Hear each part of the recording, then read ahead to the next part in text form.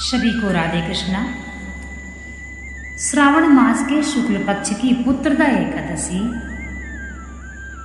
अर्थात 2024 16 अगस्त श्रावण मास के पुत्रदा एकादशी की व्रत कथा। पुत्रदा एकादशी का व्रत आप सभी को 16 अगस्त को करना है। इसकी कथा इस प्रकार है। श्री कृष्ण जी बोले, हे युधिष्ठिर, श्रावण मास के शुक्ल पक्ष की एकादशी का नाम पवित्रा है।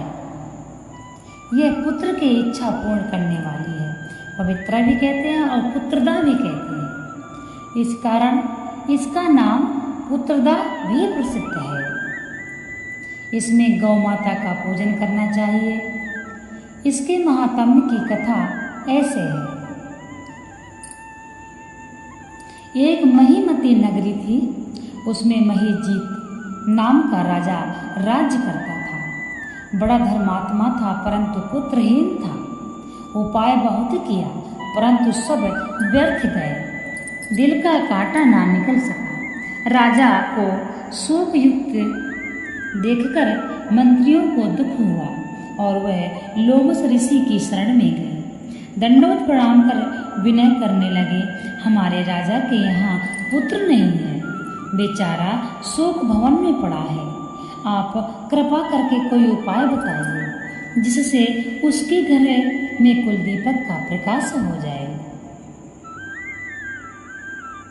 मुनि ने दिव्य दृष्टि से उसके पूर्व जन्म का कर्म देखकर कहा, तुम्हारा राजा पिछले जन्म में महाकंगाल था और कुकर्मी था। एक गांव से दूसरे गांव में घूमा करता था। एक दिन घूमते घूमते उसे कहीं जल न मिला और न अन्न मिला। दूसरे दिन एक सरोवर मिला। वहाँ एक प्यासी गौ जल पीने को आई। उसने लाठी मारकर भगा दिया। उस महापाप से तुम्हारा राजा निसंतान हुआ है और जिस दिन वह भूखा प्यासा रहा, रात्रि को चलते चलते जागरण भी हो गया। भूखा था, भगवान को स्मरण कर भोजन मांगता था। उस दिन श्रावण शुक्ला एकादशी व्रत उसने भूल से कर दिया, परंतु वह दूध, पुत्र और धन देने वाली पुत्रदा एकादशी थी। उसके प्रभाव से राजा को राज्य मिला। गौ के श्राप से उसे निसंतान कर दिया। यदि आप लोग प्रजा सहित श्रावण शुक्ला एकादशी का विधि सहित व्रत करो और फल अपने राजा को प्रदान करो तो निश्चय ही उसके घर पुत्र होगा। व्रत की विधि यह है, गौओं का पूजन करना, उनको मधुर जल और मधुर फलों से प्रसन्न कर द्वादशी के दिन उन्हें पेट भर के लड्डू और पूरी इत्यादि मिष्ठान कर भोग लगाना। उनका आशीर्वाद और पुत्रदा एकादशी का महात्म एक समान है। उनकी शिक्षा से मंत्रियों ने प्रजा सहित, राजा ने परिवार सहित पुत्रदा एकादशी का व्रत कर रात्रि को कीर्तन किया और गौओं का पूजन कर पुत्र प्राप्ति किया। सभी प्रजा एकादशी का व्रत करके और राजा ने भी किया और गौओं का पूजन किया, जिससे उनके घर में पुत्र हुआ, राजा के पुत्र हुआ। इसलिए यह पुत्रदा एकादशी की कथा इस प्रकार है।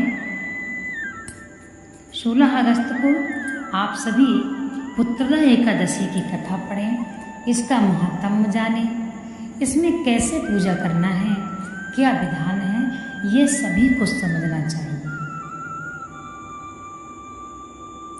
पुत्रदा एकादशी जिनके पुत्र नहीं है वो भी करें और जिनके पुत्र हैं वो भी करें। मान लीजिए कोई महीने की दोनों एकादशी करता है तो हर एकादशी का अपना अपना अलग अलग प्रभाव है। जैसे कामिका एकादशी,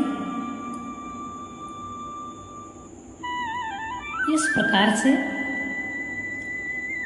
अजय एकादशी, वरुथनी एकादशी, इन सभी एकादशियों का अलग अलग प्रभाव है। तो इसी प्रकार से पुत्रदा एकादशी का अपना अलग महात्म्य है।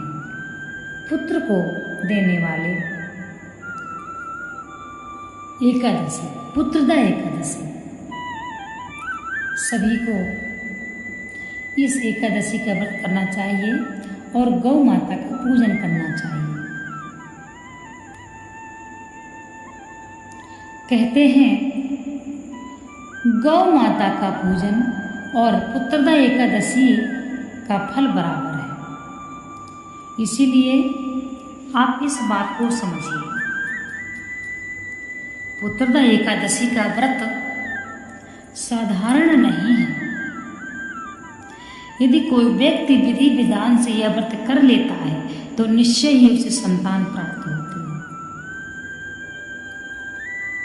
सबसे पहली बात है कि अपने ईश्वर पर, अपने आराध्य पर व्यक्ति को संशय नहीं होना चाहिए। यदि हम एकादशी का व्रत रखते हैं और हमको यह भी सोचना पड़ रहा है कि हमारी मनोकामना पता नहीं पूर्ण होगी या नहीं, तो यह गलत है। पूर्ण भरोसा रखें, किसी प्रकार का संशय ना रखें और पूर्ण श्रद्धा भावना से एकादशी का जब आप व्रत करते हैं तब आपको फल अवश्य प्राप्त होता है। भगवान किसी न किसी रूप में हर भक्त की मदद करते हैं। इसीलिए आप जिनके भी संतान नहीं हैं, मैं भगवान नारायण से प्रार्थना करती हूँ, भगवान नारायण से मैं विनय करती हूँ, हे भगवान, जिनके भी पुत्र ना हो, इस पुत्रदा एकादशी का व्रत करने से उसे निश्चय ही पुत्र की प्राप्ति हो। हे प्रभु, उस पर अपनी कृपा बरसाना और उनको भगवान पुत्र की प्राप्ति करवाना। अर्थात जो व्यक्ति पुत्रदा एकादशी का व्रत करे उन्हें भगवान पुत्र की प्राप्ति अवश्य दे। इस प्रकार से मन में संशय न रखते हुए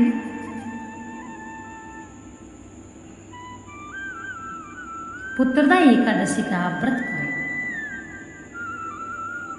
नियम हम पहले बता चुके हैं कि एक दिन पहले से ही आपको चावल का त्याग कर देना है, मसूर की दाल का भी त्याग कर देना है, तामसिक वस्तुओं का बिल्कुल त्याग करना है। जो व्यक्ति मांस मछली अंडे खाते हैं, एक तो यह गलत बात है कि आप पाप भी करते हैं और पुण्य भी करते हैं। तो आप ये प्रयास कीजिए कि आप ये सब छोड़ दें तथा शुद्ध शाकाहारी बने। ये हमारा पेट है, शमशान नहीं है जो जिंदा जीवों को काट कर खाए। यदि किसी की आत्मा को इतना कष्ट देकर किसी के शरीर से प्राण निकालकर हम भोजन कर रहे हैं तो हम निश्चय ही राक्षस हैं। दया दृष्टि की भावना रखिए, नारायण के भक्त बनिए, भगवान पर भरोसा कीजिए। जैसे हम हैं, हमारे बच्चे हैं, ठीक उसी प्रकार पशु पक्षी भी अपने बच्चों को प्यार करते हैं। सब पर दया कीजिए,